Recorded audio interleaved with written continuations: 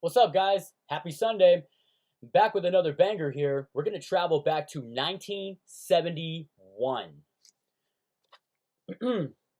Funkadelic released their third LP, Maggot Brain, of July 12th, which I already mentioned the year. Happy 55 years to this incredible, and I mean the incredible classic LP right here, man. And it's still a funky classic. So it was released through Westbound Records, and it was produced by the band leader Mr. George Clinton himself and recorded at United Sound Systems in Detroit during the late 1970 and early 71. And the album was the final LP recorded by the original Funkadelic lineup after its release. Founding members Tawl Ross on the guitar and Billy Nelson on bass, and Tiki Fulwood on the drums left the band for various reasons. And more history to it. The album charted on the Billboard R&B Top 20, and it is perhaps the best known for its 10-minute title track, largely consisting of an improvised solo by guitarist Eddie Hazel. And in 2009, Pitchfork named it the 17th best album of the 1970s. And in 2020, Rolling Stone had ranked the album Maggot Brain the 136th greatest album of all time of its updated list. So the album opens with a spoken word monologue by Funkadelic band leader George Clinton, which refers to the maggots in the mind of the universe. According to the legend, the opening title track was recorded in the take when Clinton, under the influence of LSD, told lead guitarist Eddie Hazel to play as if he had just learned his mother was dead. Clinton instructed him to picture that day, what he would feel, and how he would make sense of his life. How he would take a measure of everything that was inside him and let it out through his guitar. And though several other musicians had performed on the track, Clinton emphasized them in the final mix so that the focus would be on Hazel. And Hazel utilized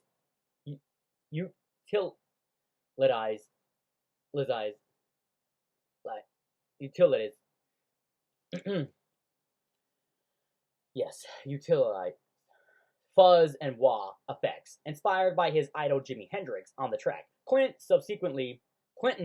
subsequently added delay and other effects during the mixing process, saying that I echoplex it back on itself 3 or 4 times. That gave the whole thing an eerie feel, both in the playing and in the sound effects. Critics have described the solo as lengthy, mind melting, and an emotional apocalypse of sound.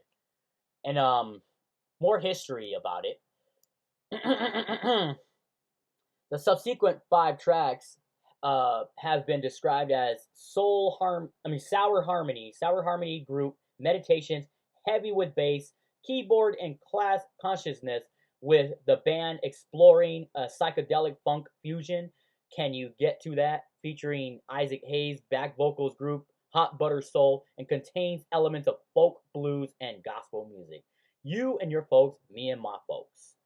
And explores the need for interracial unity and platonic love, and features electronically distorted drums. Super Stupid was described by Pitchfork as a tale of a dumb junkie set to a tune Black Sabbath would have been proud of, And the 9-minute closing track, Wars of Armageddon, that's another classic right there, has been described as a freakout jam, and make use of paranoid, psychedelic sound effects and crowd sounds. Popular music scholar Yuval Taylor described it as a burning, not prefiguring of the music that Miles Davis would perform on his 1975 live album Ugh Harda. So, extra more history about this album. Definitely going to keep touring about this. The title and packaging. So reportedly, Maggot Brain was the nickname of Hazel. Other sources say that the title is a reference to band leader George Clinton finding his brother Robert's decomposed dead body. skull cracked in an apartment in Newark, New Jersey. The cover artwork depicts of a screaming black woman's head coming out of the earth, and it was photographed by Joe Brodsky, and it features the model, R.I.P. She was very beautiful, Barbara Cheeseborough.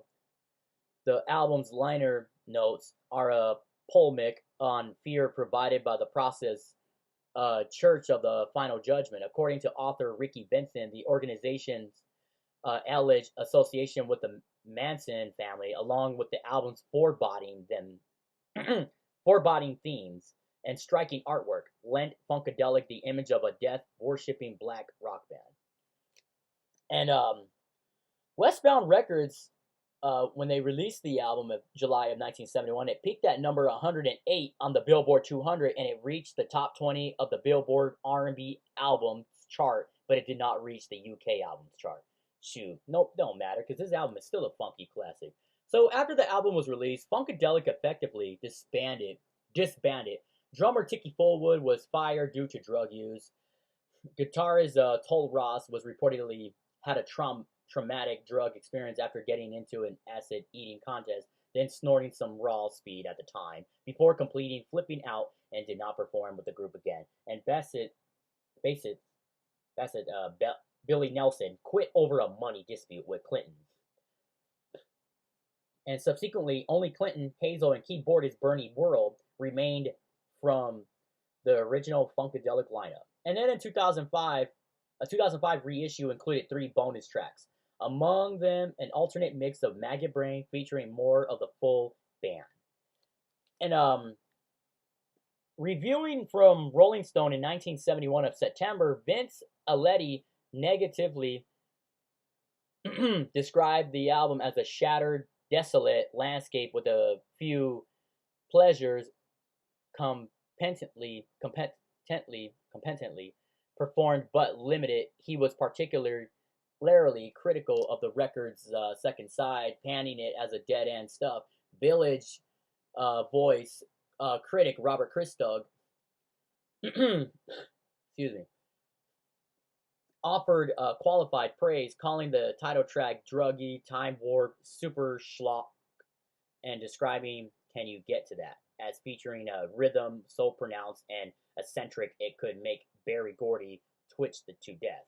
He added that the funk pervades the rest of the album, but not detriment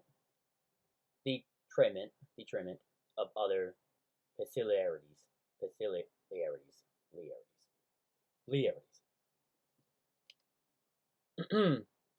And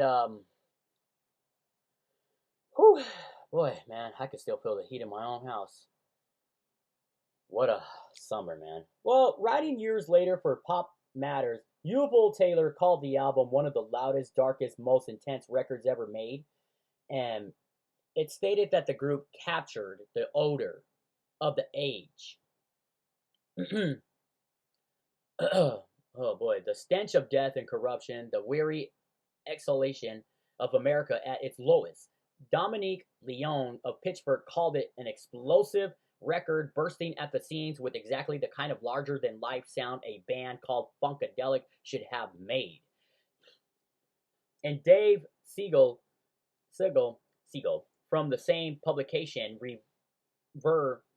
revered it as a monument of psychedelic funk and a defining document of black rock music in the early 70s.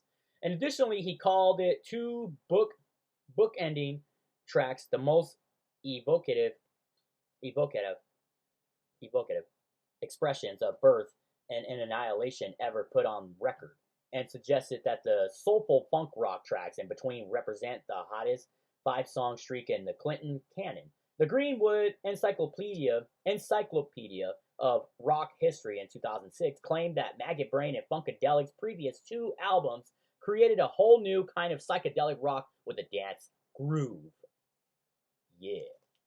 And music historian Bob Gola hailed it as an iconoclastic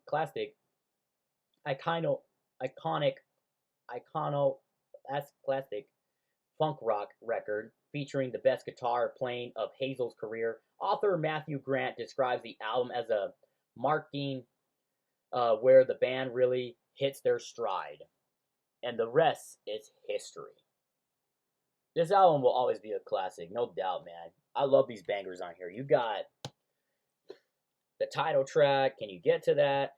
Hit It and Quit It. You and your folks, me and my folks. Super Stupid, Back in Our Minds, on Wars of Armageddon. I just love this classic, man. This is a one classic LP forever.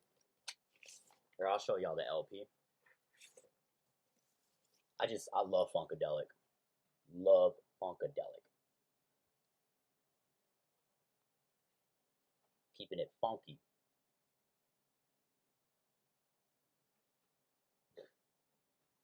And to let y'all know, rap and hip hop artists do sample Funkadelic stuff too, and Parliament. To let y'all know that.